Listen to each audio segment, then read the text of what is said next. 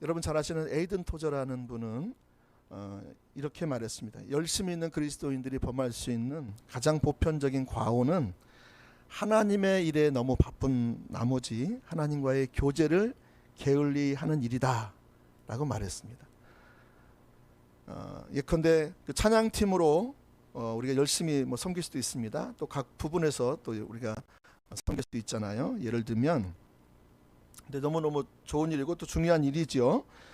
그러나 우리가 그 일에 너무 바쁘다 보면 정말 하나님과의 누려야 할 그 교제를 이렇게 잃어버릴 때가 있을 수 있다라는 것입니다. 그렇다면 우리는 아주 중요한 것을 지금 놓치고 있다는 것을 볼 수가 있습니다. 특별히 토저 박사님은 계속 이렇게 말합니다. 이런 사람들, 즉 하나님과의 교제를 등한시하는 사람들은 조만간 하나님의 일에 대한 의욕조차 잃어버리고 시험에 들 가능성이 많습니다.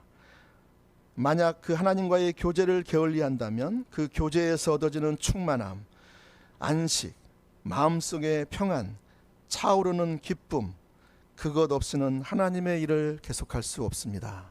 이렇게 말했다고 합니다. 여러분 그렇습니다. 우리는 열심히 뭔가 또 할 수 있으면 나름대로. 그런데 그렇게 열심히 하다 보면 뭐가 보이냐면 다른 사람은 열심히 안 하는 게 보입니다. 그렇죠? 그러면 그것을 어떻게 해요? 판단하게 돼요. 나는 시간이 없고 나는 바쁘고 뭐 해도 이렇게 열심히 하는데 왜 저 사람은 저렇게 안 하는 거야? 이렇게 해서 그 사람을 판단하고 그런 부정적인 마음을 갖게 되는 것이죠. 그리고 또 자기가 열심히 뭔가를 하려고 하는데 잘 따라주지 않아. 그러면 또 어떻게 해요? 또 상처를 받아요. 예? 아니 왜 내가 이렇게 열심히 나도 나름대로 기도하면서 열심히 하나님을 위해서 또 교회를 위해서 또 성도들을 위해서 열심히 봉사하고 섬기려고 하는데 왜 이렇게 안 따라주는 거야? 이러니까 마음에 또 이 상처가 되는 것이죠. 그걸 통해서 그 하나님을 향한 그 열망과 열정들이 식어져 버리기 시작해요. 그리고 점점 이제 껍질만 남고 이것도 저것도 안 하고 이제 가만히 있게 되는. 그래서 상처도 안 받고 뭐 그런 거죠. 그래서 그런 자리에 머물러 버리는. 여러분 예수님은 33년의 짤막한 생애를 사시면서 어떻게 놀라우신 그 하나님의 미션을 잘 감당할 수 있으셨을까? 물론 그분은 하나님의 아들이시니까 그렇겠죠. 이렇게 대답할 수 있으면 제가 할 말이 없습니다. 어떻게 그분은 하나님의 일을 자기 양식으로 삼으셔서 그렇게 33년의 짧은 생애를 사시면서 하나님의 일을 충실하게 신실하게 감당하실 수 있었을까? 하나님의 영광을 나타내는 삶을 어떻게 그분은 감당하셨을까? 이렇게 생각해 볼 때마다 저는 그분의 삶 가운데 아주 중요한 것을 발견하게 됩니다. 그것이 무엇이냐면 예수님은 기도하시는 분이었다는 거예요.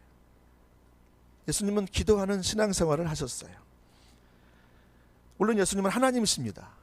하나님은 따로 신앙생활 하실 필요가 없으신 분이에요.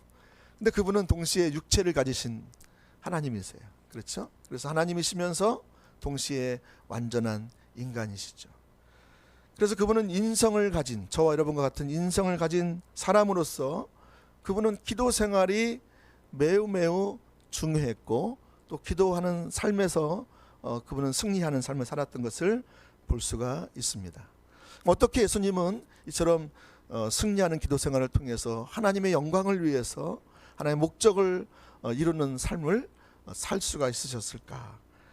오늘 우리가 본문을 통해서 예수님이 보여주신 하나님과의 교제의 모범, 기도의 모범을 통해서 그러한 부분들을 살펴보기를 원합니다.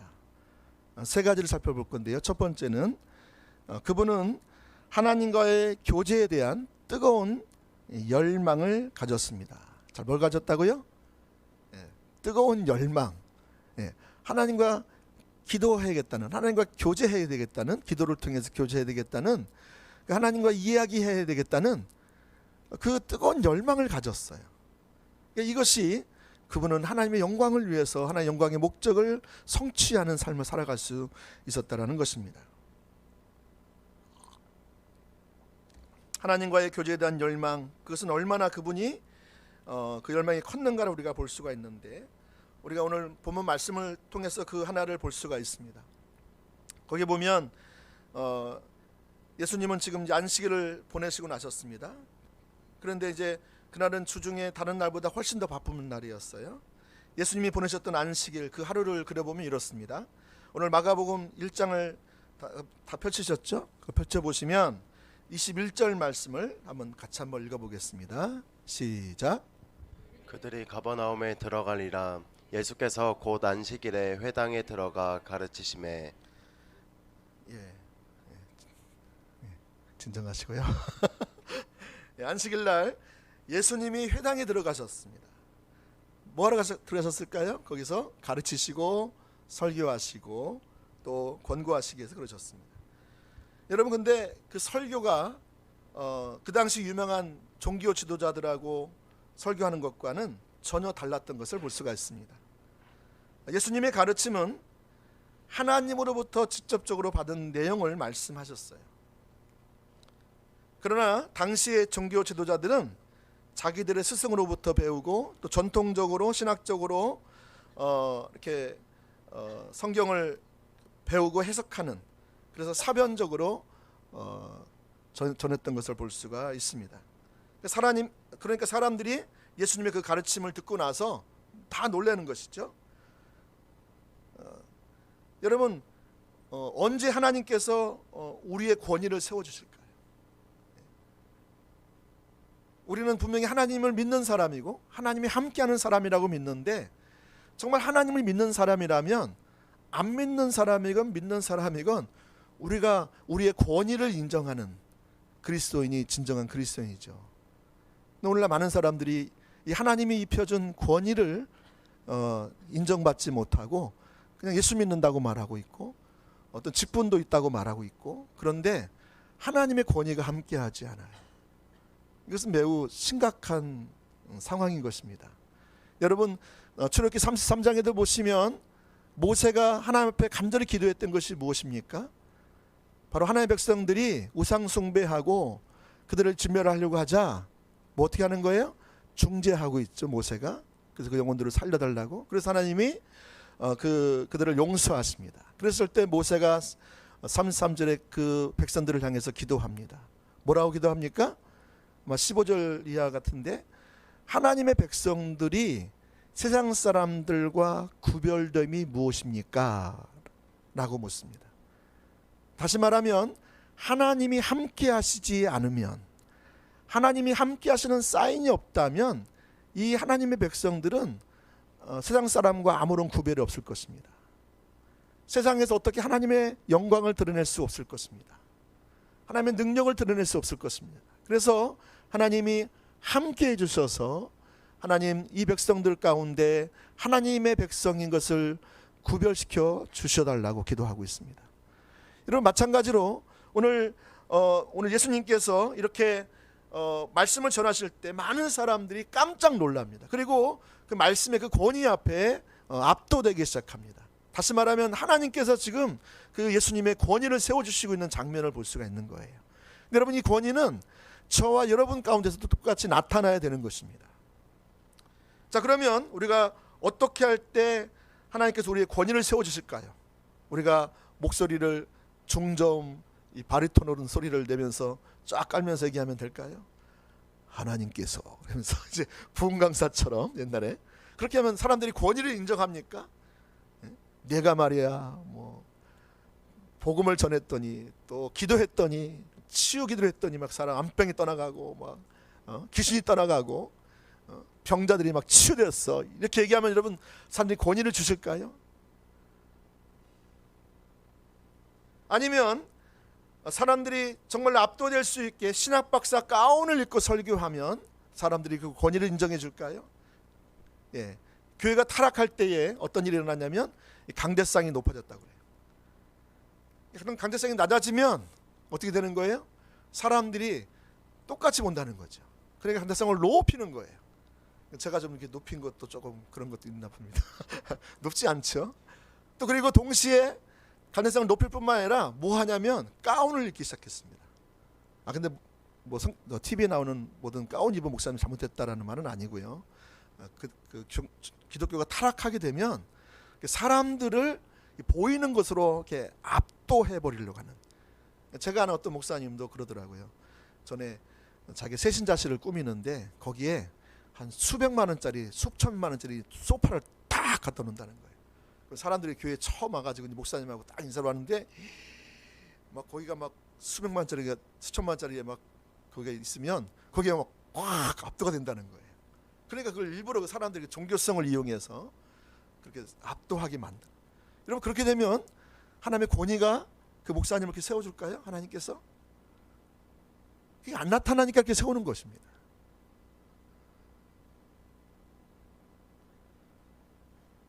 여러분 또한 전하는 성경 말씀을 신학적으로 성경적으로 잘 쪼개서 설명하면 권위가 주어질까요?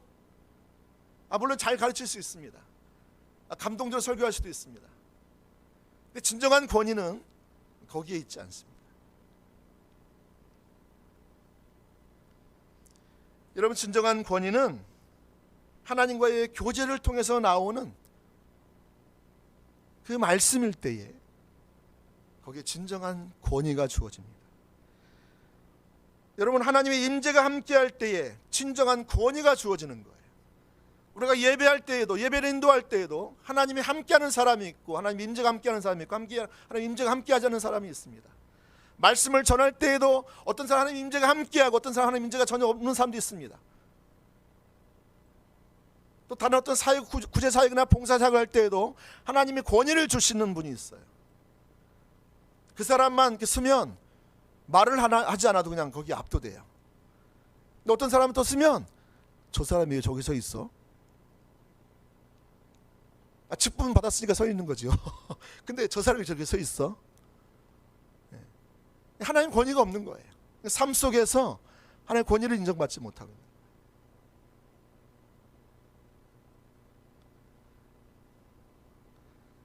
여러분 예수님은 진정한 말씀을 통해서 하나님의 주신 말씀을 통해서 그에게 사람들이 다른 서기관들과 다른 권위가 그와 함께한 것을 볼 수가 있습니다. 그런데 오늘 예수님께서 이런 권위를 가지고 회당에서 설교하는 도중에 희한한 일이 벌어졌습니다. 그것이 무슨 사건입니까? 바로 예배를 방해하는 귀신 들린 사람의 부르짖음 소리가 들리는 거예요. 그래서 예수님께서는 그를 주목하시고 그에게 들어갔던 귀신을 축출하시는 축사 사역을 행하셨습니다. 귀신과 대결하고 그를 위해서 기도해 주는 일을 해보면 여러분 이것이 쉬운 일입니까? 어려운 일입니까? 어려운 일입니다. 굉장히 어려운 일입니다. 진을 다 빼는 일이에요. 그러니까 예수님이 지금 이 일을 하시는데 에너지가 엄청나게 빠져버린 거예요. 예수님께서는 많은 에너지를 소비하셨습니다. 그리고 예배가 끝났습니다. 회당 예배가 다 끝났어요. 예수님께서는 이제 육체적인 쉼과 마음의 안식이 필요했습니다. 그래서 예수님이 가신 곳이 어디입니까? 오늘 마가복음 1장 29절 말씀해 보시면 그분이 어디로 가셨는가 볼 수 있습니다. 같이 한번 읽어볼까요? 시작. 회당에서 나와 곧 야고보와 요한과 함께 시몬과 안드레의 집에 들어가시니. 시몬과 안드레의 집에 들어가셨다. 여러분 베드로는 시몬은 베드로죠. 베드로는 이미 결혼한 사람이에요. 그는 그래서 그의 장모와 함께 살고 있었어요. 그런데 오늘 이 성경을 쓴 마가는 그 집을 시몬과 안드레의 집이라고 소개하고 있어요. 그러면 시몬의 집과 안드레의 집이 가까이 붙어 있었나? 그런 건 아닌 것 같고요. 이 베드로가 살고 있는 그 집에 아마도 시몬이 안드레가 같이 살고 있었던 것 같습니다. 그래서 예수님은 그들의 집에 가서 뭐 하게 들어가셨어요? 쉬기 위해서 들어가신 거예요. 지금 몹시 피곤한 상태에서 이제 들어가신 거죠. 근데 막상 들어가 보니까 또 다른 사건이 기다리고 있어요. 그래서 안식하러 가셨는데 안식을 못하는 거예요. 어떤 사건이 기다리고 있습니까? 시몬 베드로의 장모가 열병에 걸려서 누워 있는 거예요. 그 죽어가시는 거예요. 사람들은 예수님에게 이제 도움을 요청합니다. 예수님은 심히 피곤함에도 불구하고 거절하지 않으시고 예수님이 그녀를 위해서 기도합니다. 그래서 그 병자를 위해서 기도할 때에 그 병이 또 낫습니다. 또 기도하는데도 무척 힘드는 것입니다. 아까 귀신 축출하는 것뿐만이 아니라 기도하는 것도 내가 이 무대로 기도하는 게 아니잖아요. 하나님께 이렇게 안테나를 이렇게 열고 또 그분이 어떻게 하시는가를 보면서 집중하면서 기도하는 것이기 때문에 그것도 에너지가 많이 소비됩니다. 예수님은 지금 쉬러 갔다가 더 이제 빠지는 거예요. 방전되기 시작해요. 이제 핸드폰으로 말하면 한 7% 8% 남은 거예요. 이제 조금만 있으면 시간 지나면 방전돼요. 방전.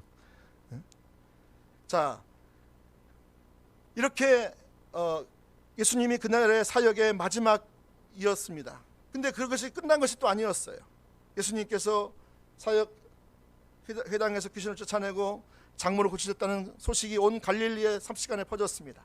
그래서 그 베드로의 장모의 병을 고쳤다고 하는 그 일이 퍼져나가고 그분이 지금 시몬의 집에 있다는 소식을 듣자 많은 병자들이 앞다투어서 그 집 앞에 모여들었던 것입니다. 해질 무렵 안식일 해가 지니는 저녁에 때가 되었습니다. 자, 마가복음 1장 32절 말씀을 같이 한번 읽어보겠습니다. 1장 32절 시작. 저물어 해질 때 모든 병자와 귀신 들린 자를 예수께 데려오니. 예, 마가복음을 기록한 마가는 약간의 이틀을 좀 부리는 것이죠. 뭐라고 그러냐면 온 동네가 그분 앞에 다 모였다. 온 동네가, 온 동네 사람들이 다 그분 앞에 모였다. 그만큼 많이 모였다는 것이죠. 거기에 보시면 온갖 병자들, 예를 들면 내과, 외과, 산부인과, 또 비뇨기과, 별별 환자들이 다 출동해서 시몬 베드로의 집 앞에 이제 모여들었던 것입니다. 뭐 하기 위해서? 예수님께서 치유해 주시기 위해서. 예수님 어떻게 하셨습니까? 피곤하다고 물리쳤습니까? 또 그 모든 사람들의 병을 다 해결해 주시고 고쳐주시고 문제를 다 해결해 주셨습니다. 34절 말씀 또 같이 보겠습니다. 시작. 예수께서 각종 병이 든 많은 사람을 고치시며 많은 귀신을 내쫓으시되 귀신이 자기를 알므로 그 말하는 것을 허락하지 아니하시니라. 네, 수많은 사람들을 위해서 계속 기도하셨어요. 그래서 이제 안식일 밤이 되었을 때 문자 그대로 안식이 없이 저물어 갔습니다. 여러분, 예수님은 이처럼 그 안식일 하루를 굉장히 바쁜 하루를 보내신 거예요. 아침부터 저녁까지. 얼마나 피곤하셨을 거예요. 거의 녹초가 되셨을 거예요. 예수님이 하나님이셨지만 동시에 우리가 똑같이 연약한 인간이었고 피곤을 느끼시는 분이셨어요. 근데 여러분, 이제 안식일이 지나고 그 안식일 다음 날이 되었습니다. 아침이 되었어요. 만약 여러분 같으면 여러분이 예수님과 같이 지금 전날에 녹초가 됐어요. 더 이상 막 몸도 그냥 손가락 하나 건들 힘도 없는 거예요. 지금 그런 상황이 됐다면, 이 살인적인 스케줄을 소화했다면 여러분은 어떻게 하겠습니까? 그 다음 날 아침, 야, 오늘은 좀 자자. 어떻게 자자? 푹 자자. 전화도 다 꺼놓고 오늘은 다 이제 폐업이야, 폐업. 그래가지고 그냥 하루 진탕 좀 쉬고 싶은 마음이 있었을 거예요. 그죠? 자, 이럴 가능성이 있는데 이렇게 바쁜 하루를 보내신, 그리고 그 이튿날 아침 예수님의 모습은 성경을 이렇게 말씀해 주고 있습니다. 35절 말씀을 다시 한번 읽어볼까요? 시작. 새벽 아직도 밝기 전에 예수께서 일어나 나가 한적한 곳으로 가서 거기서 기도하시더니. 아멘. 자, 새벽 아직도 밝기 전에 성경이 보니까 한 3시 4시 정도 됐다고 그러네. 예수님 일어났던 시간이. 이토록 바쁜 하루 일과를 보내고 나서 새벽이 아직도 밝아오기 전에 예수님이 하셨던 일은 기도하셨기 시작한 거예요. 여러분, 이 정도면 예수님에게 있어서 기도는 어떤 부분을 차지하고 있었을까요? 예? 페달이? 예? 배터리 충전하는 거예요. 배터리 100% 충전, 완충. 예? 그 시간으로. 예. 여러분, 만약 기도를 매일매일 지켜나갈 의무로 생각했다면 여러분, 예수님께서는 이 의무를 수행하기 매우 힘들었을 거예요. 아, 내가 기도를 새벽마다 일어나 기도해야 돼. 기도 안 하면 안 돼. 이렇게 의무로 생각했다면. 그러나 예수님에게 있어서 기도는 그 시간이 은혜의 시간이요, 주님을, 하나님 아버지를 독대할 수 있는 특권의 시간이었대요. 저는 예수님에게 있어서 이 기도가 어떤 일이 아니고 의무가 아니고 어떤 사역이 아니라 그 시간이 안식이었다고 생각합니다. 진정한 안식. 여러분, 우리가 기도 예배할 때도 보면 하나님이 이렇게 함께 하시잖아요. 그러면 내가 아무리 피곤하고 아무리 육신이 어렵고 막 그럴 때에도 하나님이 함께 하실 때 그 하나님의 그 따스한 그 임재가 나를 휘감거든요. 내 온 눈물 다 휘감아요. 그러면 내 몸이 막 새 힘이 나는 거예요. 할렐루야. 네? 여러분, 진정한 안식을 누리니까, 진정한 쉼이 있으니까 배터리가 완충되는 거예요. 아까 거의 배터리가 지금 다 떨어져가고 이제 끝날 판인데, 주님 앞에 와서 앉아서 있는데, 주님을 찾는데, 기도하는데 배터리가 100%로 완충되는 거예요. 이 기쁨. 예수님은 이 비결을 알았기 때문에 예수님은 그 새벽에 일어나서 아무리 피곤하고 지쳐있고 그 사역 과정에서 얼마나 또 많은 사람들이 실수도 하고 또 힘들게 하고 또 자기 예수님 말 안 따르고 자기 멋대로 막 그냥 행동하는 사람 있잖아요. 마음도 많이 상했을 거예요. 그런 모든 그런 상황에서 그분은 충분하게 쉬시고 새로운 힘을 얻고 또 기도하시면서 그 스트레스를 다 날려버리는 거예요. 네?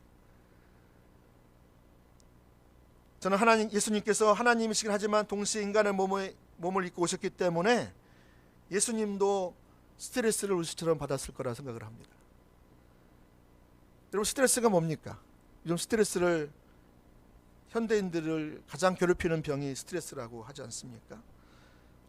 특별히 코로나 이 기간을 거쳐오면서 우리는 나도 모르게, 우리 저 포항 같은 경우는 또 지진의 그 저기가 있잖아요. 뭐라고 합니까? 예? 컴플렉스 내지는 이 지진 때문에 그 오는 그 있어요. 트라우마 죄송합니다. 말이 안 튀어나와서 이 트라우마가 있는. 그래서 소리가 좀 뭐 하나 문 하나 꽝 닫으면 깜짝 놀라는 거예요. 혹시 지진이 왔나 해서. 그때 그 경험이 있어서 이 스트레스가 너무 많은 거죠.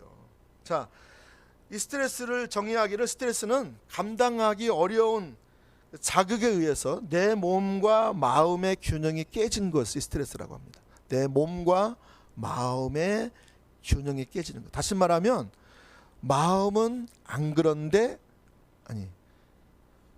뭐죠? 몸이 마음을 따르지 않는 거예요. 그러니까 마음은 안 그런데 몸이 안 따라줘. 여러분 그 정도 있으면 여러분 좀 스트레스가 강력하게 있는 거예요. 내 마음은 그렇게 안 해. 근데 몸은 그렇게 반응을 못 하는 거예요. 마음처럼. 이게 지금 스트레스가 많은 거예요. 예수님은 이런 스트레스를 어떻게 극복하셨는가? 예수님은 기도를 통해서, 쉼을 통해서 용서가 되고 이해가 되고, 하나님의 관점으로 이해가 되고, 기도하니까 하는 관점이 보니까 이해가 되는 거죠. 그리고 염려하고 근심했던 것이 기도하니까 염려할 게 아니야. 하나님이 다 아실 거야. 하나님 주권 가운데 있어. 그게 깨달아졌어. 그리고 내 입으로는 불가능해. 그러니까 하나님께 맡기면서 염려와 걱정도 이렇게 내려지기 시작하는 거예요. 그러니까 기도를 하니까 그게 보이기 시작하는 거예요. 그러니까 기도를 안 하면 계속 쌓이는 것입니다. 만약에 여러분 예수님께서 새벽에 기도하지 않고 그 다음날 누굴 만났다고 생각해 보세요. 지금 또 나타나는데 또 누가 고쳐야 되고 뭐 사람들이 또 몰려들어요. 그러면 어떻게 돼요? 열받아가지고요. 나 없다 그래. 이렇게 할 거예요. 그죠? 제자들한테. 자, 여러분, 예수님에게 있어서 이 기도는 쉬시는 것이었어요. 피곤해도 우리가 즐거운 일을 하면 그 피곤이 사라지잖아요. 제가 참 이해할 수 없는 게 우리 애들이 가끔 그래요. 아빠 나 뭐 피곤해. 그러면서 나 집에 자야 된다는 거예요. 가보면 뭐 하냐고 게임을 하고 있어. 아니 제가 아까 죽을 것 같다고 얘기하던데 그래도 막 다리가 아프다는데 가서 게임을 하고 있는 거야. 왜냐면 다리가 아픈 건 손이 아픈 건 아니거든요. 열심히 게임을 해. 근데 아빠 나 죽겠어. 그러면서 또 전화하는 거야. 누구랑 또 전화를 막 몇 시간씩 하는 거야. 아니 피곤하다면서 한 개도 안 피곤해. 눈 멀쩡멀쩡.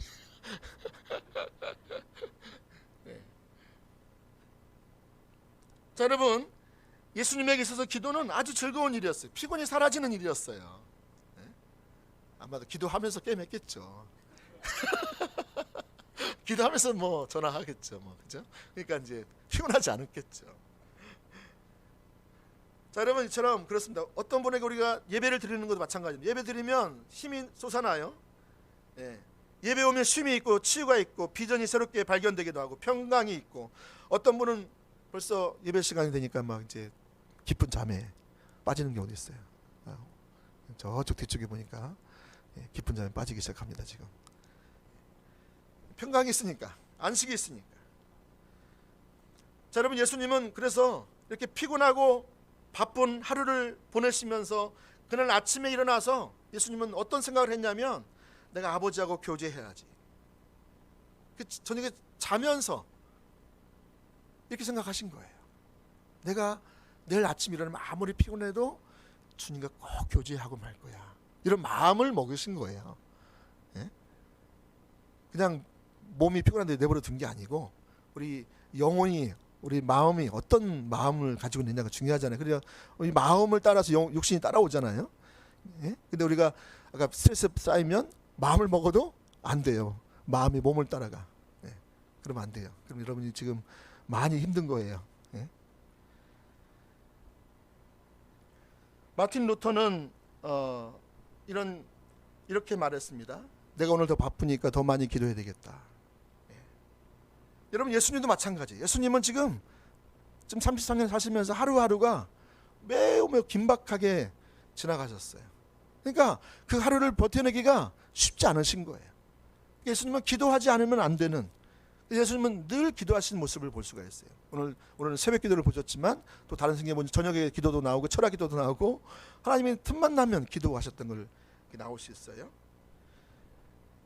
여러분 오늘 마틴 루터도 기도가 있어서 바쁨이 가져다주는 피곤을 극복할 수 있는 새로운 용기와 비전과 힘을 얻는 자리가 기도였던 것을 볼 수가 있습니다. 그래서 여러분 마틴 루터는 매일매일 1시간 이상을 기도했다고 그래요. 그리고 바쁘면 몇 시간 했어요? 2시간을 했대요. 2시간. 그러니까 바쁘면 더 많이 기도하는 거예요. 그래서 여러분 루터는 그의 생애 마지막에 가까웠을 때는 하루 24시간 중에서 10분의 1, 2시간 40분 이상을 기도하기 시작했다는 거예요. 그래서 거기에 진정한 안식이 있었고, 능력이 있고, 하나님과 즐거운 만남이 있고, 사랑의 대화가 있고, 그래서 그 안에서 기도의 시간을 얼마나 사모했는지 몰라요. 예수님도 이 기도의 시간을 사모했습니다. 이 세상에 줄 수 없는, 하나님 아버지께서만 줄 수 있는 유일한 그 놀라운 사랑과 놀라운 은혜와 놀라운 그 임재와 그 놀라운 그 즐거움이 예수님에게 있었던 것입니다. 여러분 시편 기자가 그 기도하는 그 대목을 여러분 기억하십니까? 시편 42편 1절 2절에 보시면 이렇게 시편 기자는 주님을 찾으며 기도합니다. 같이 한번 읽어보겠습니다. 시작. 하나님이여, 사슴이 시냇물을 찾기에 갈급한같이 내 영혼이 주를 찾기에 갈급하나이다. 내 영혼이 하나님 곧 살아계시는 하나님을 갈망하나니 내가 어느 때에 나아가서 하나님의 얼굴을 배울까. 아멘. 또 시편 16편 8절에서 11절까지 말씀 보시면 다윗도 이렇게 고백하고 있습니다. 같이 한번 또 읽어보겠습니다. 시작. 내가 여호와를 항상 내 앞에 모심이여 그가 나의 오른쪽에 계심으로 내가 흔들리지 아니하리로다. 이러므로 나의 마음이 기쁘고 나의 영도 즐거워하며 내 육체도 안전히 살리니 이는 주께서 내 영혼을 수월에 버리지 아니하시며 주의 거룩한 자를 멸망시키지 않으실 것임이니이다. 주께서 생명의 길을 내게 보이시리니 주의 앞에서 충만한 기쁨이 있고 주의 오른쪽에는 영원한 즐거움이 있나이다. 여러분 다윗은 그의 삶의 하루하루가 매일매일 즐겁고 기쁘고 소망 넘치는 삶이 있었다는 것은 아닙니다.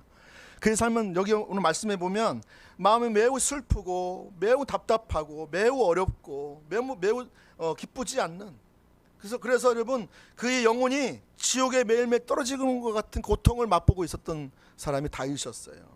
근데 이 다윗이 어떻게 이렇게 시편을 썼을 수 있었을까요?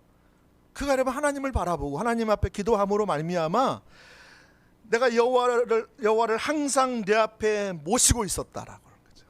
하나님을 인식하고 있었던 것. 그리고 나의 오른쪽에 그분이 계심으로 내가 흔들리지 않았다라고 말하고 있어요. 예.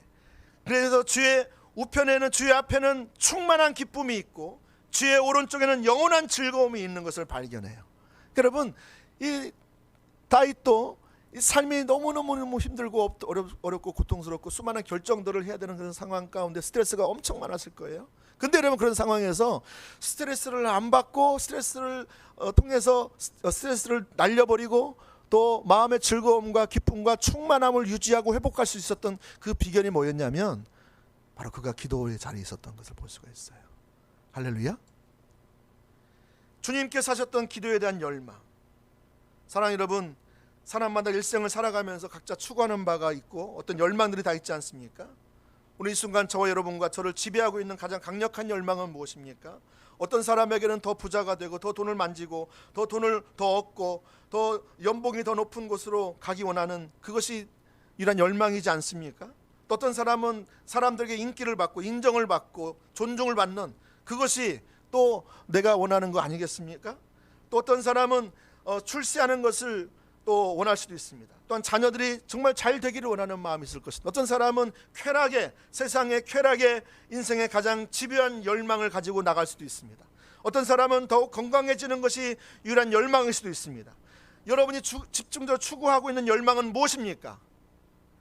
여러분, 오늘 주님께서 가지고 계셨던 그 열망, 주님의 삶을 온통 지배하고 주님의 삶을 온통 이렇게 압도했던 그 주님이 가지고 계셨던 가장 커다란 열망이 무엇이었을까요? 그것은 바로 하나님과의 교제였어요. 사랑의 교제를 나누는 거였어요. 하나님을 또 만나고 싶다. 아니, 그분이 하나님이신데 그분은 얼마든지 혼자 계셔도 외롭지 않으세요. 그렇잖아요. 그분이 하나님이신데, 유아 독존이신데, 모든 걸 다 가지셨는데, 근데 그분은 더 하나님 아버지를 보고 싶고 그분과 함께 있고 싶고 대화하고 싶으신 거예요.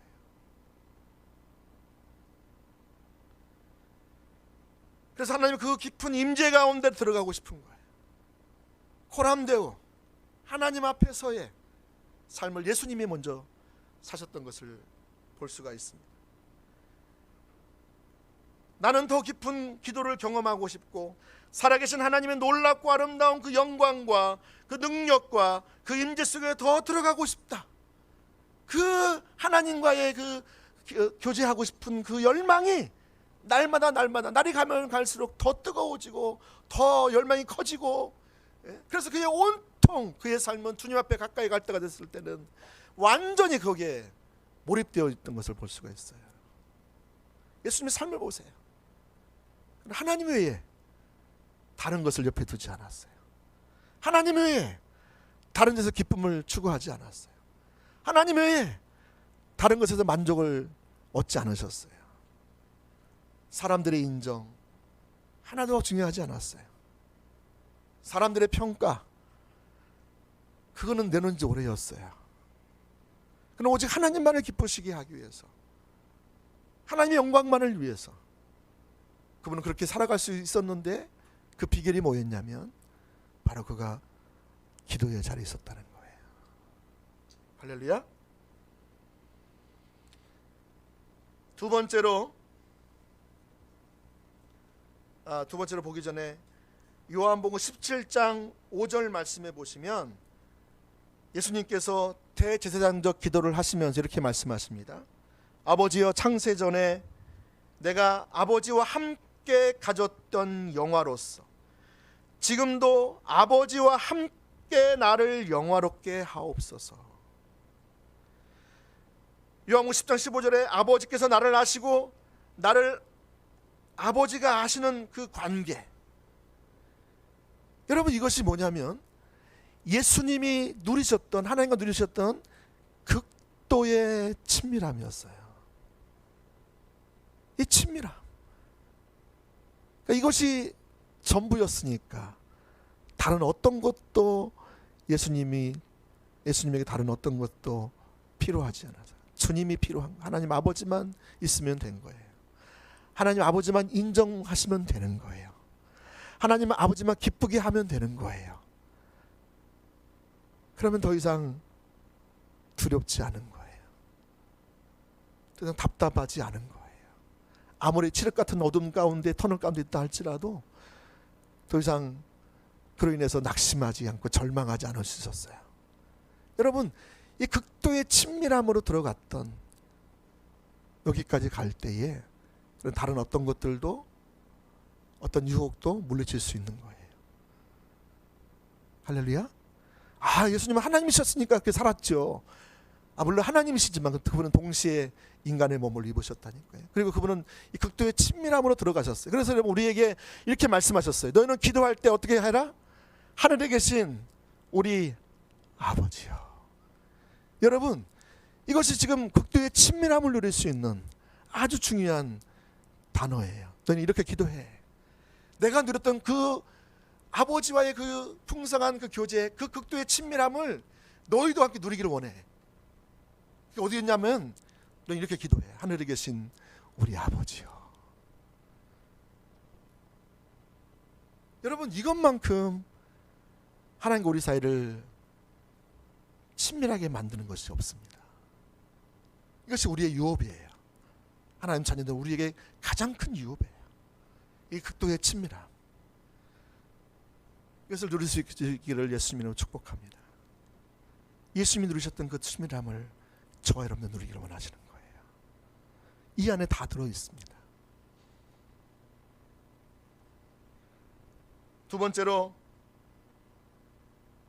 예수님이 하나님의 영광을 위해서 살 수 있었던 그 비결 중에 또 하나는 하나님과의 그 기도의 계획을 구체적으로 세워 나갔던 것을 볼 수가 있습니다. 같이 한번 읽어볼까요? 시작. 하나님과의 기도의 시간을 갖기 위해 구체적인 계획을 세우셨다. 여러분, 하나님의 아들이신 예수님께서도 이 계획을 세우셔서 기도하셨던 것을 볼 수가 있어요. 하물며 저와 여러분은 어떻게 해야 되겠어요? 계획을 세워야 되겠죠. 어떻게 세우셨는가? 오늘 본문에서 우리는 이 하나님과의 교제를 위한 주님의 계획을 볼 수가 있습니다. 하나님과 은밀한 사랑의 교제 계획, 그 기도를 계획하신 것을 볼 수가 있습니다. 저는 틀림없이 이 피곤한 안식일을 지내고 이제 하루를 마무리하면서 아마 침상에 들어가기 전에 주님이 그 이튿날 아침을 계획하셨을 거라고 생각해요. 아까 말씀드린 것처럼 하나님, 내가 아침에 일어나 주님과 교제할 거예요. 이렇게 마음을 먹으셨고요. 그 다음에 두 번째, 제가 내일 아침 일찍 일어나서 맑은 정신으로 살아가는 하나님 아버지 그 보좌에 나가서 그 하나님과 교제할 거예요. 이렇게 구체적으로 계획을 세우셨어요. 주님은 바로 이와 같은 기도의 교제를 위해서 주님에게 가장 적합한 시간과 장소를 결정하십니다. 여러분, 이것은 주님의 의도적인 계획이셨어요. 자, 첫 번째, 예수님이 언제 기도할 것을 계획하셨을까요? 오늘 말씀해 보니까 새벽 미명에. 자, 예수님이 어디에서 기도하기 원하셨을까요? 한적한 곳에서. 자, 성경을 여러분 처음 보시는 것처럼 가만히 계시는 것 같은데, 자, 마가복음 1장 35절 말씀을 같이 읽어보겠습니다. 시작. 새벽 아직도 밝기 전에 예수께서 일어나 나가 한적한 곳으로 가사 거기서 기도하시더니. 예수님은 새벽 오히려 미명에 기도하셨어요. 모든 만물이 다 잠들어 있고 새로운 출발을 기다리며 아직도 잠들어 있는 그 여명의 그 시각에, 아무런 소리도 들리지 아니하는 고요한 그 시각에, 어제 밤새 저녁까지 밤새 소리냈던 세상 사람들의 시끄러운 아우성 소리가 더 이상 들리지 않는 그 시각에, 그 새벽 미명에 가장 좋은 시간을 선택해서 일어나신 거예요. 두 번째, 예수님은 어디에서 기도하셨다고요? 한적한 곳에서 기도하셨어요. 한적한 곳에 여러분 아무도 없는 곳을 말하는 것이 아니라, 여러분 아무도 없는 곳을 말하면 뭐 저 산속 깊이 들어가야 되나, 뭐 저 바닥 저쪽 어디 가서 아무도 없는 데 가서 있어야 되나, 그런 얘기 생각할지 모르겠지만, 여기 한적한 곳은 하나님과 교제할 때 아무도 나를 방해하지 않는 그곳을 말하는 것이죠. 자기에게 필요한 기도의 시간과 장소를 갖고 있다는 사실은 얼마나 중요한 기도의 습관인지 모르겠습니다. 그래서 여러분, 오늘날 저와 여러분들이 정말 기도하기를 원한다면, 정말 기도하는 힘을 통해서 극도의 치밀함 가운데 주님만을 아는 것이 유일한 열망이고 주님을 사랑하는 것이 유일한 여러분의 삶의 목표와 목적이 된다면 여러분 구체적으로 계획을 세우시라는 거예요. 그래서 오늘 예수님은 새벽에 그 시간을 세우셨던 것을 볼 수가 있습니다. 여러분, 예수님께서는 기도를 얼마나 많이 하셨느냐, 그분은 삶을 통해서 여러 가지 삶을 통해서 볼 수가 있는데, 그분은 침례 받으실 때, 누가복음 3장 21절에 보면 침례 받으실 때 기도하심으로 하늘이 열렸다고 말하고 있습니다. 또 12 제자를 선택하기 전에 그분은 간절히 기도하셨어요. 누가복음 6장 12절. 또 오병이의 이적을 베푸실 때에 그 일 후에도 예수님은 기도하셨던 것을 볼 수가 있습니다. 또 제자들에게 중요한 질문을 준비하시고 그 질문을 이제 하려고 할 때에도 예수님은 기도하셨던 것을 볼 수가 있어요. 누가복음 9장 18절. 여러분이 리더시라면, 섬기는 분이시라면 이런 기도가 꼭 필요합니다. 꼭 필요해요. 지금 하나님께서 오늘 공부를 통해서 무엇을 지금 물으시길 원하시고, 우리가 무엇을 말씀하시는가, 우리가 지금 있는 삶에서 어떻게 돌이키기 원하시는가를 리더가 그를 듣고 인도를 해야죠. 성경 내용을 그냥 앵무새처럼 읊어대면 그것이 능력이 될 리가 없습니다. 그것이 권위가 주어질 리가 없습니다. 구체적으로 여러분이 하나님께 물으셔야 돼요. 예수님도 그러셨거든요.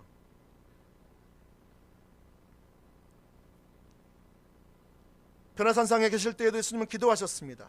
또 수고하고 무거운 짐진 자들아 다 내게로 오라고 하신 그 사랑의 초청 직전에도 예수님이 기도하셨어요. 베드로가 자기를 3번 부인하기 전 그를 위하여도 기도하였어요. 미리 아시고 기도하신 거예요.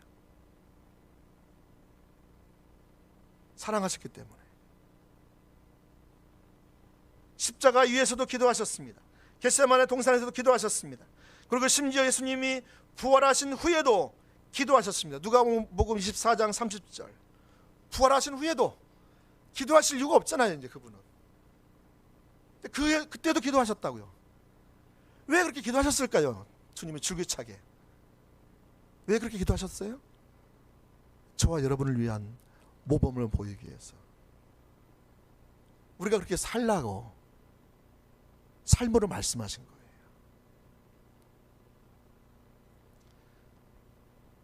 이것을 보시면 예수님의 기도 생활은 얼마나 진지했으며 얼마나 중요한 것인가를 단적으로 볼 수 있습니다. 예수님에게 있어서 기도는 실로 그분이 지니신 능력의 원천이요 또한 영적 양식이었던 것을 볼 수가 있습니다. 이처럼 하나님께 드리는 기도의 시간을 갖는 것은 매우 중요합니다. 왜냐하면 기도는 우리 영혼의 호흡과도 같습니다. 기도는 주님과 교제하고 주님의 뜻을 알고 순종하기 위해서, 하나님의 비전을 깨닫고 비전을 성취하기 위해서, 하나님과 동행하기 위해서 필수적인 생활 양식입니다.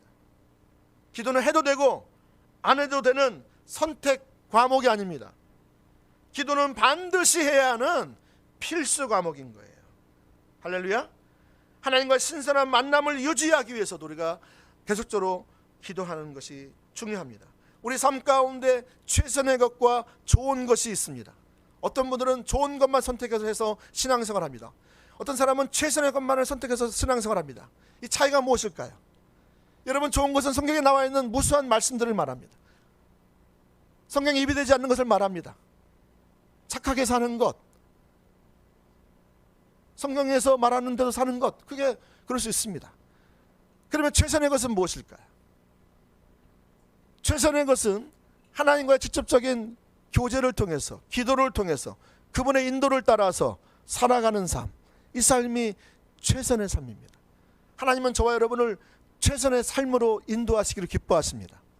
오늘 많은 사람들이 좋은 것을 선택합니다. 이것은 뭐 죄가 아니잖아.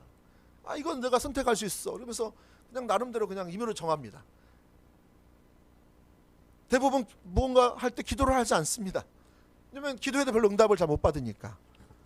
나는 하나님이 기도에 응답해 주시지 않아. 이러면서요. 기도를 한두 번 해보고 안 해버리는 거예요.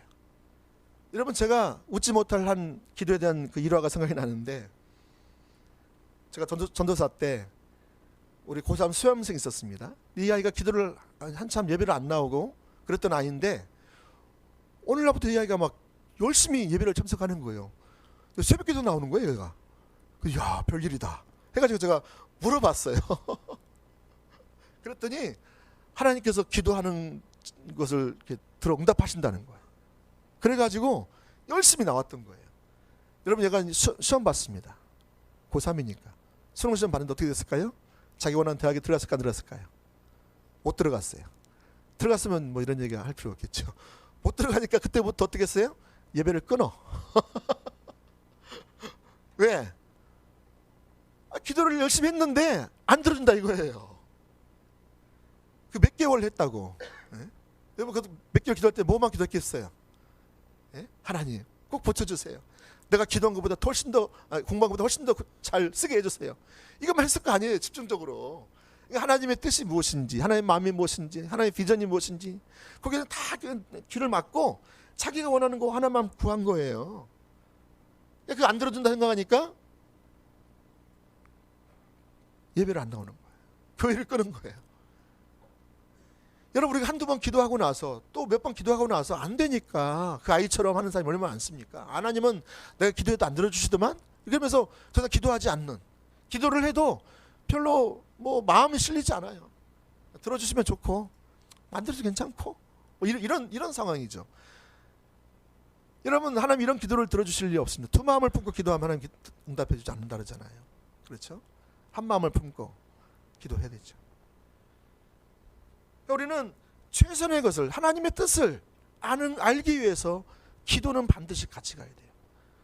어떤 사람이 하나님의 뜻에 합당하게 삶을 사느냐, 이 성경에 보면 복음에 합당한 삶을 살아라, 하나님의 뜻에 합당한 삶을 살라고 계속 말씀하고 있거든요. 근데 이것은 오늘 많은 사람들이 그 삶을 못 삽니다. 왜냐하면 기도가 같이 안 가거든요. 사도 바울이 그렇게 강조를 많이 했던 진리에 합당한 삶을 살아라, 하나님 뜻에 합당한 삶을 살아라, 계속 반복적으로 말하고 있거든요. 근데 우리는 거기에 못 사는 거예요. 왜냐하면 기도하지 않아요. 더 이상. 또 기도를 해도 자기 목적을 위해서 기도 안 해요. 하나님의 마음이 무엇이고, 하나님의 뜻이 무엇이고, 하나님의 의정이 무엇이고, 하나님의 목적이 무엇이고, 거기엔 관심도 없어요. 그러니까 우리는 조금 기도하고 나서 기도 응답이 안 돼. 당연히 응답이 안 되죠. 자기 목적을 위해서 자기가 기도하면 이것이 자기 목적이 이루어지면 하나님에 더 다가와요? 하나님께 멀어져요? 멀어진다니까요. 여러분, 그 아이가 만약에 대학 합격했으면 교회를 다닐지 모르겠지만 학교에서 가까이 나올 수 있는 상황은 또 특별한 경우가 아니면 또 쉽지 않을 것입니다. 그냥 그 아이의 삶의 패턴은 늘 그렇게 하나님 자기가 필요할 때만 하나님께 나가기 때문에, 하나님 자기가 필요할 때만 기도하기 때문에, 그리고 그 이루어지면 또 기도 안 하는 거예요. 그러니까 하나님과 친밀한 교제, 극도의 친밀함 하나님 원하시는데 거기 관심도 없는 거죠.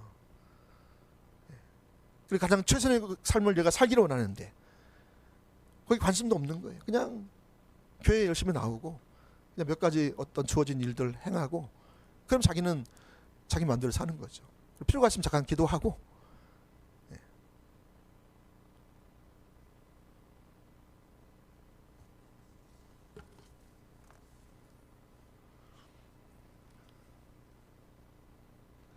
어제 우리 사역자 모임 시간에 함께 우리는 기도합니다. 그것이 30분이든 뭐 정도 해서 전후해서 계속 기도합니다. 회의를 하기 전에 하나 얼굴을 구하는 기도를 하는 거죠. 근데 그런 기도 감동을 주시더라고요. 항복하라고 하시더라고요. 항복하라. 다시 말하면 모든 것을 내려놓으라 하는 것이죠. 주님을 위한 사역이라 할지라도 내려놓으라. 지금 내 주님 앞에 기도하려 나갈 때는, 주님의 얼굴을 구해 나갈 때는 다 내려놓으라는 거예요. 하나님 외에는 하나님만 바라보고 나가라는 거예요. 여러분, 우리의 사역은 자기중심적 사역이 될 수도 있고 하나님 중심적 사역이 될 수도 있습니다. 근데 어떻게 우리가 하나님 중심적 삶을 살 수 있을까요? 이렇게 하나님의 얼굴을 구할 때 하나님 중심적 사역을 할 수가 있습니다.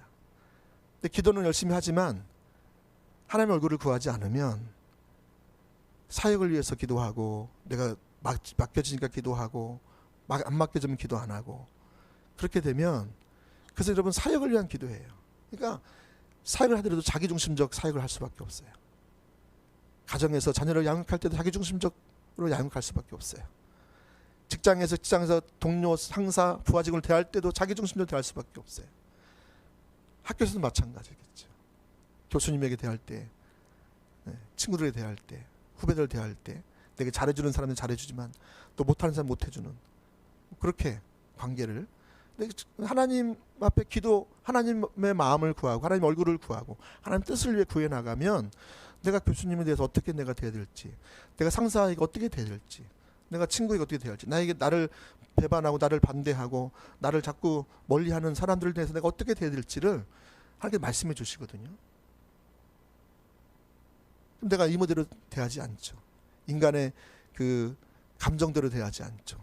또 저 사람이 한 만큼 갚아준다, 이런 걸로 원수를 안 갚죠. 그건 철저하게 자기중심적인 삶, 자기중심적 사역을 하고 있다는 증거예요.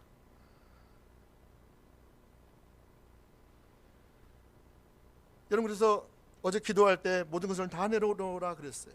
그러면서 여리고성 앞에 선 여호수아가 떠오르더라고요. 거기에 여리고성 딱 그 섰을 때에 칼을 빼어든 하나님의 군대 장관을 만나잖아요. 그랬을 때 그 군대 장관이 하시는 말씀이 뭐예요? 내 신발을 벗어라. 내가 선 곳은 거룩한 곳이다. 여러분, 신발을 벗는다는 것은 주인 앞에 종이 신발을 벗는 것을 말하는 것 같습니다.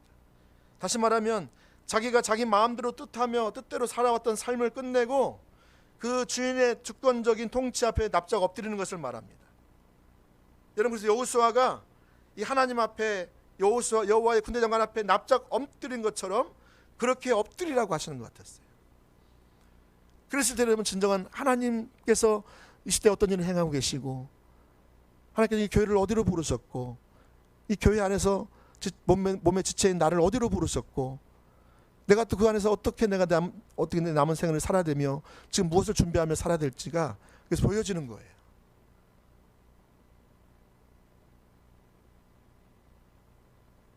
이게 중요합니다. 그래서 삶을 살아도 사역을 하더라도 내가 원하는 대로, 내가 기뻐하는 대로 사역을 하지 않죠. 주님이 기뻐하시는 대로, 주님이 원하시는 대로 사역을 하게 되는 것이죠. 여러분, 이처럼 예수님은 새벽에 기도하셨어요. 근데 어떤 사람은 부득이한 사정으로 새벽 기도가 불가능한 분들이 많이 계실 거예요. 어떤 분은 출근하셔야 되고, 또 애들을 또 준비시켜야 되고, 또 남편을 출근시켜야 되고, 또 여러 가지 일들이 있어서 못할 수도 있습니다. 그래서 여러분, 오전 기도를 만들었습니다. 이번 주부터 10시에 오셔서 기도하시기 바랍니다.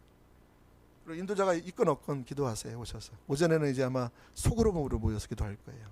이제 악기 없이 그냥 옛날처럼 초창기 우리 개척교회 할 때만 그냥 몇 명 모여가지고 같이 기도하고 또 찬양하고 또 얼마나 하나님이 함께 하시는지 몰라요.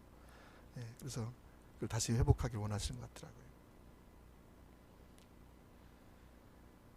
오전에 어려우신 분은 오후에도 가능합니다. 오후에도 지금 각자 어떤 분들은 몇몇 분들은 지금 교회 오셔서 기도하시는 줄 제가 알고 있습니다. 또 저녁에도 가능합니다. 직장 끝내고 월요일날, 수요일날, 금요일날 저녁 예배가 있습니다. 그래서 여러분들이 정말 지금은 주님을 찾아야 됩니다. 아까 말씀드린 주님이 이 시대 가운데 행하시고 계신 일이 있고 교회 가운데 행하신 일이 있는데, 그래서 지금 기도가 절박하게 필요한 겁니다. 할렐루야. 그래서 이처럼 시간과 장소를 정해 놓으시고 기도할 수 있기를 예수님을 축복합니다. 아멘. 미국의 야구 선수 출신으로 예수님을 만났던 빌리 썬데이라는 분이 있습니다. 이분은 1880년도에 미국의 내셔널리그 야구의 유야수였다고 그래요. 저도 야구를 좀 가끔 봅니다. 메이저리그 보는데. 근데 이 야구 선수였다 이분이 예수님을 만나게 됐어요. 예수님을 만나게 됐을 때 교회 리더 중에 한 사람이 이렇게 말했다고 합니다. 자네가 신앙생활에 성공하고 싶은가? 그렇다면 이 네 가지를 꼭 지키게 그랬어요.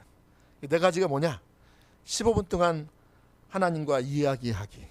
이게 이제 기도하기예요. 두 번째, 15분 동안 성경을 읽기, 성경을 묵상하기. 또 세 번째는 15분 동안 내가 알고 있는 하나님을 아는 그 하나님을 다른 사람에게 전하기. 또 네 번째는 내 15분 동안 하루에 희생적인 사랑, 희생적으로 다른 사람을 돕기. 이 네 가지를 얘기했다고 그래요. 사랑의 실천을 말하는 것이죠. 저는 이것이 참 중요하다 생각이 들어요. 여러분, 이분이 그래서 평생 동안 이 빌리 그레함이라는 이 역사적인 인물이 나타나기 전에 이 빌리 선데이라는 이분이 엄청난 그 하나님의 사람으로 미국 땅에 도덕적으로 영적으로 큰 영적 각성을 주도한 그때에 하나님의 사람으로 쓰임 받은 사람이 되었습니다. 여러분, 이 사람이 중요한 것은 이 일을 계속 실천해 나갔다는 거예요. 매일 15분씩 15분이 몇 분이에요? 30분, 1시간. 하루에 1시간을 이 습관을 들여서 매일매일 했다는 거예요.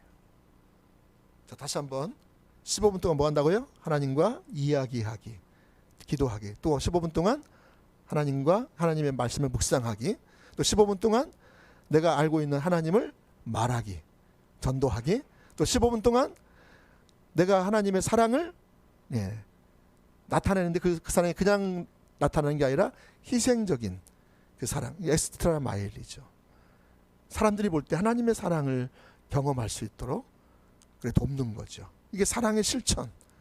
이 가치가, 이 네 가지가 같이 가면 균형이 되잖아요. 그래서 여러분, 이것을 오늘부터 한번 해보세요. 그럼 분명하게 여러분 열매가 일어날 것입니다. 지금 당장 일어나지 않더라도 하나님 때가 되면 하나님이 일하시고, 제가 요즘 볼 때는 하나님께서 지금 교회 가운데 영적 대추수를 지금 해가고 계신 것 같아요.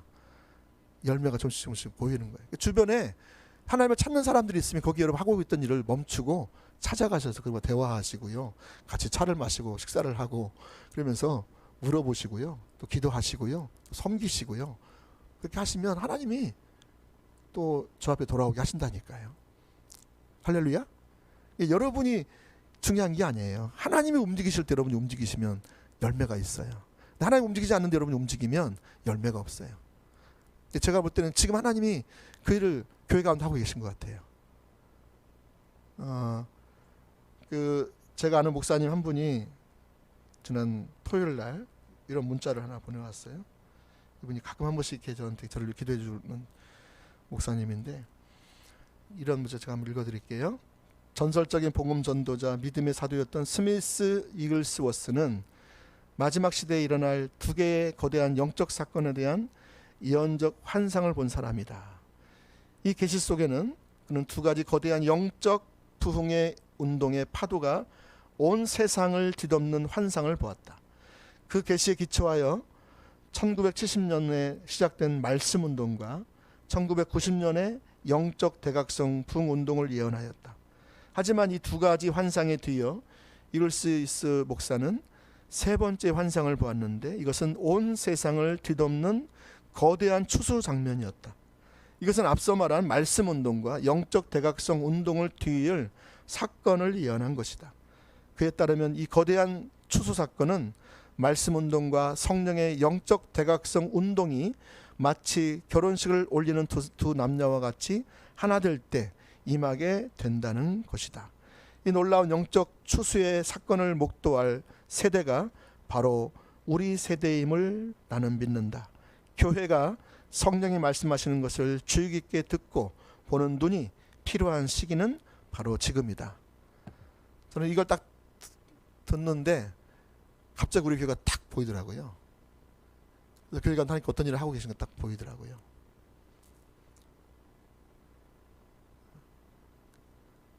그래서 여러분 3년 전에도 돌아오지 않을 돌아오시겠다 말씀하시고요. 또 2년 전에도 또 저희가 계속 기도할 때 다음 세대들이 또 하나님께 또 돌아온 일들이 일어나고, 또 회복된 가정들이 또 주님을 떠났던, 또 전에 함께했던 분들이 또 다시 돌아오기도 하고요. 가정도 돌아오고 그런 일이 일어났잖아요. 저는 이게 그냥 일어난 게 아니라 생각해요. 하나님의 주도권을 쥐고 일하시고 계시고요. 또 그리고 작년 한 텀에는 작년 제가 기억할 5월부터 8월 달까지는 3개월, 4개월 동안 계속 매주 하나님이 한 주도 빠짐없이 영혼들을 보내주셨어요. 물론 그곳에 등록한 사람 많지는 않지만 중요한 것은 이것이 우리가 전도하러 나가지 않았는데, 우리가 뭔가 애쓰지 않았는데 하나님이 주도권을 주게 하신 거예요. 근데 그게 저는 기도의 응답이라고 생각을 해요. 그동안 우리가 계속 기도를 해왔잖아요. 그리고 올해도 마찬가지. 올해도 지금 하나님이 계속 그 일을 하고 계세요. 할렐루야. 네. 시니어부터 해서 남성교, 여성교회, 또 청년들 안에, 저는 또 중고등부, 아동부 애들도 같이 돌아오길 원하서 기도하고 있어요. 하나님 때가 되면 기도를 들으시고 반드시 응답하셔요. 그 때가 내가 원하는 때가 아닐 수 있어요. 근데 제가 지금 목회 13년을 여기 열방 비전교회를 섬기면서 제가 드는 확신 하나는, 우리의 기도가 절대로 땅에 떨어지지 않았다는 거예요. 여러분, 학군단이 열리는 것도 그렇잖아요.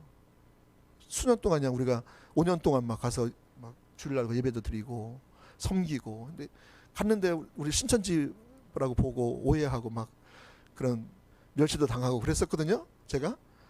근데 때가 되니까 여러분, 교수님 한 분을 이렇게 붙이셔가지고요, 그분이 그냥 확 열어가시잖아요. 그리고 그분 통해서 또 다른 ROTC 학군단 그 예비역들, 또 경북 대구 지역에 또 예비역 군인회, 그것도 같이 연결을 해주시고요. 이런 일들이 막 쫙 일어나는 거예요. 그러니까. 근데 그분 안에서 하나님이 놀랍게 역사하고 일하시고 계신 거죠. 우리만 일하는 게 아니고 우리 밖에서도 다른 교회, 다른 단체에서도 여전히 같이 일을 하시는데, 이게 네트워크를 하게 하시는 거예요.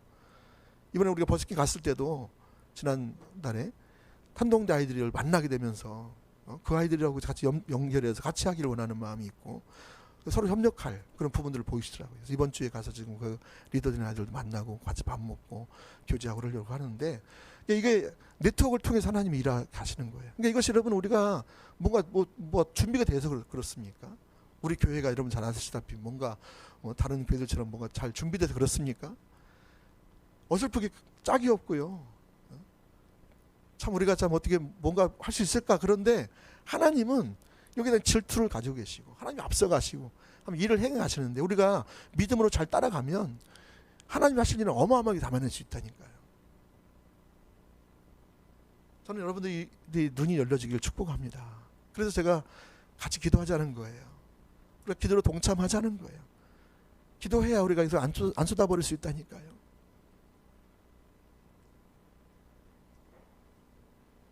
이제 마지막 세 번째로, 예수님은 하나님의 영광을 나타내시는 기도 생활을 하셨습니다.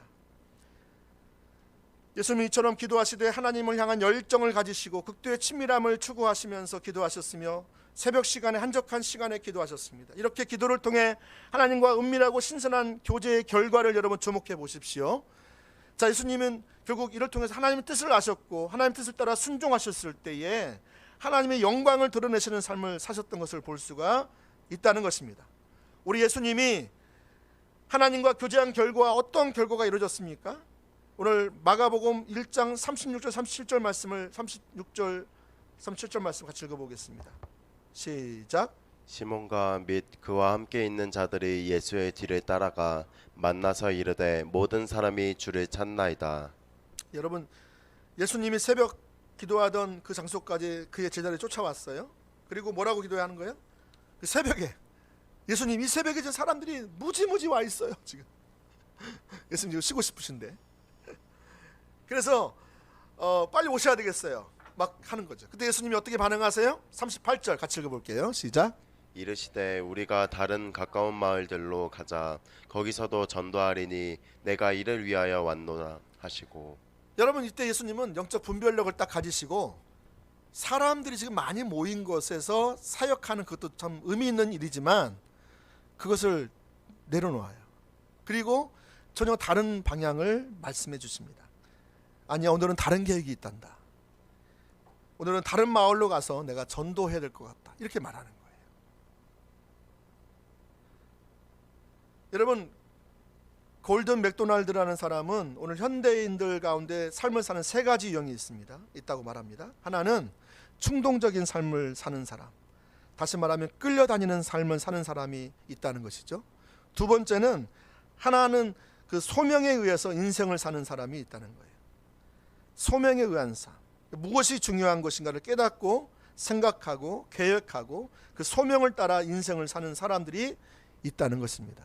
세 번째는 별로 의미 없는 일에 바쁘게 끌려만 다니는 인생이 있다는 것입니다. 그러니까 지금 중요한 어떤 긴급한 일에만 막 일 처리하다가 인생을 그냥 끌려다니는 거예요. 그러니까 충동적으로 사는 사람이 이 유형인 것입니다. 이런 사람들에게는 아무런 생산성 있는 삶을 기대할 수가 없습니다. 저는 오늘 이 시대를 살아가는 성도들의 삶의 스타일 가운데 가장 염려가 되는 것이 어떤 삶이냐면 이 충동적 삶이라고 생각합니다. 다시 말하면 별로 의미 없는 일에 바쁘게 끌려다니는 그런 삶이 있다는 것입니다.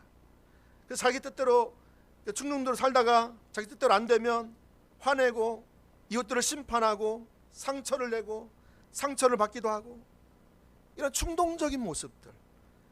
왜 성도들이 의미 없이 여유를 잃어버리고 이 바빠지는 인생을 그렇게 끌려다니면서 충동적으로 삶을 살아가느냐 말입니다. 오늘 예수님이 이 땅에 오신 목적은 병을 고치러 오신 것이 아니에요. 예수님이 이 땅에 오신 것은 침례를 주러 오신 것이 아니에요. 예수님이 이 땅에 오신 것은 무엇 때문에 오셨어요? 우리를 구원하시기 위해서 오셨어요. 아멘. 다시 말하면 전도하는 것이 목적이었다는 것입니다.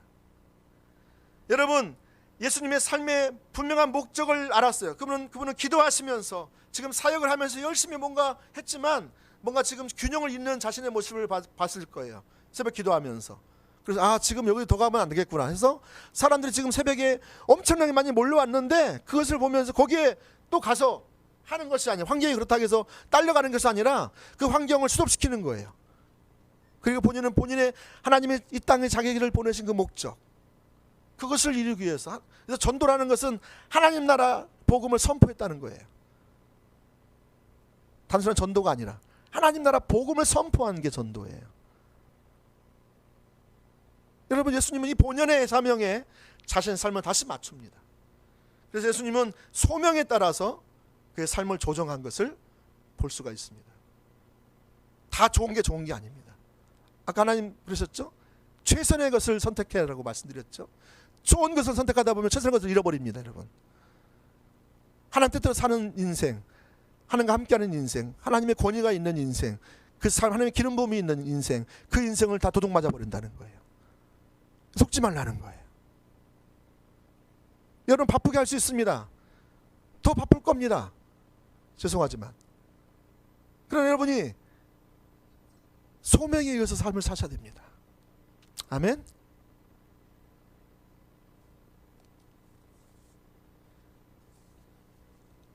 오늘은 내가 다른 마을에 가서 전도할 거야 라고 주님이 말씀하시는 것, 여러분, 이것은 하나님의 뜻이라면 노할 수 있는 담대함이 필요합니다. 사람을 두려워하면 못합니다. 정에 이끌리면 이거 못합니다. 자기 연민에 빠지면 못합니다. 정과 육신으로 하나님 나라를 받을 수가 없습니다. 여러분, 하나님 나라는 급진적인 거예요. 여러분,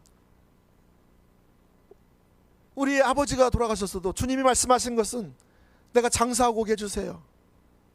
아니다. 죽은 자를 장사하게 하고 너는 나를 따르라. 내가 작별하고 오게 해주세요. 아니다. 너는 작별하고 올 게 아니라 너는 즉시 나를 따르라. 쟁기를 손에 잡고 뒤를 돌아보는 자는 내게 합당하지 않다. 하나님 나라는 이처럼 급진적이고 레디컬하다는 거예요.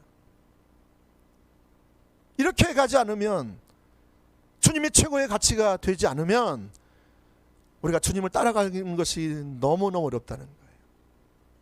최근에 그런 의도로 얘기하지 않았겠지만, 십자가 복음 이거 공부하다 보니까 너무 절대로 뭐 하지 말라, 이렇게 하면 안 된다, 너무 너무 좀 극단적이지 않냐 이렇게 얘기를 하더라고요. 물론 이 부분을 얘기한 건 아니었어요. 다른 분이 얘기했었어요. 저도 그렇게 생각을 했었고, 그래서 절대로 하나님만 사랑하라고 하고 하나님만 알아야 된다고 그러고 너무 극단적이라는 거예요. 근데 여러분, 기독교는 극단적이에요. 여러분 아십니까? 예. 극단적이라는 것이 그냥 그 둘 다 죽이는 게 아니고 우리가 사는 방법이에요. 그리고 우리가 살아야 가정이 살고요, 교회가 살고요, 이 나라가 살고요, 다음 세대가 살고요, 열방이 사는 길이에요. 여기서 여러분 타협을 하면요 다 쏟아져 버립니다. 예수님이 그렇게 극단적인 만큼 예수님은 그 성경에 말씀하고 계시잖아요. 주님이 우리를 그렇게 초청하세요.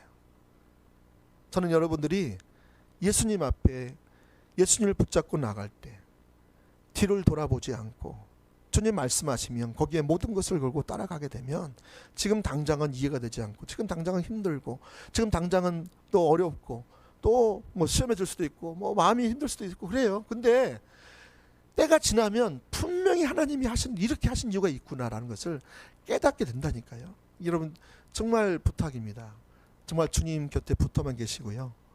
정말 포도나무에 붙어 있으면 때가 되면 열매를 열게 돼 있어요. 저는 그게 분명히 보입니다. 할렐루야. 저와 여러분들이 그렇게 되어질 때 기도를 통해서는 예수님께서 다른 마을들로 감으로 말미암아 거기서 또 하나님이 하신 일을 섬길 때에 놀랍게 여러분 하나님께서 하나님의 영광을 드러내십니다. 그래서 하나님의 영광을 드러내고 많은 사람들이 하나님의 영광 앞에 무너뜨립니다. 그 주 앞에 굴복합니다. 마태복음 5장에 보시면 이 말씀 하나 말씀 맺겠습니다.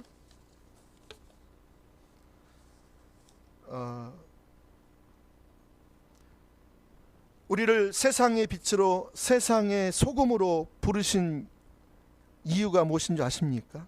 바로 그것은 하나님의 영광을 나타내시기 위함입니다.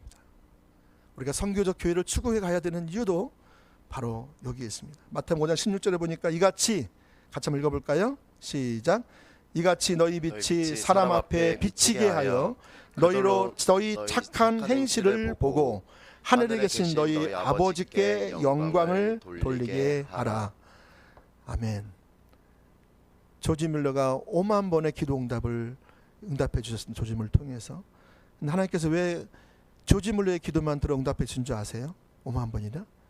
그 시대가 하나님의 이름이 떨어져 있고 하나님을 믿기는 하지만 더 이상 하나님은 우리의 삶 깊숙이는 관여하지 않는 이 신론이 팽배해져 있는 그 시대 가운데 하나님은 조지 밀러를 통해서 그 시대에 하나님의 영광을 나타내시기를 원했습니다. 하나님이 살아계시며 하나님 우리 삶에 가장 가까이 계시며 지금도 역사하시는 그 하나님인 것을 그 하나님의 크신 영광을 드러내기 위해서 하나님은 그 기도 조지 밀러의 기도를 5만 번이나 들어 응답하셔서 그 고아들을 구원하고 고아들을 기독교 인재로 키우고 그들의 수많은 교회들이 세워지고 신학교가 세워지고 또 기독교 인재들이 세워져서 그 시대의 영적 분위기를 바꿔갔던 일이 일어났던 것입니다.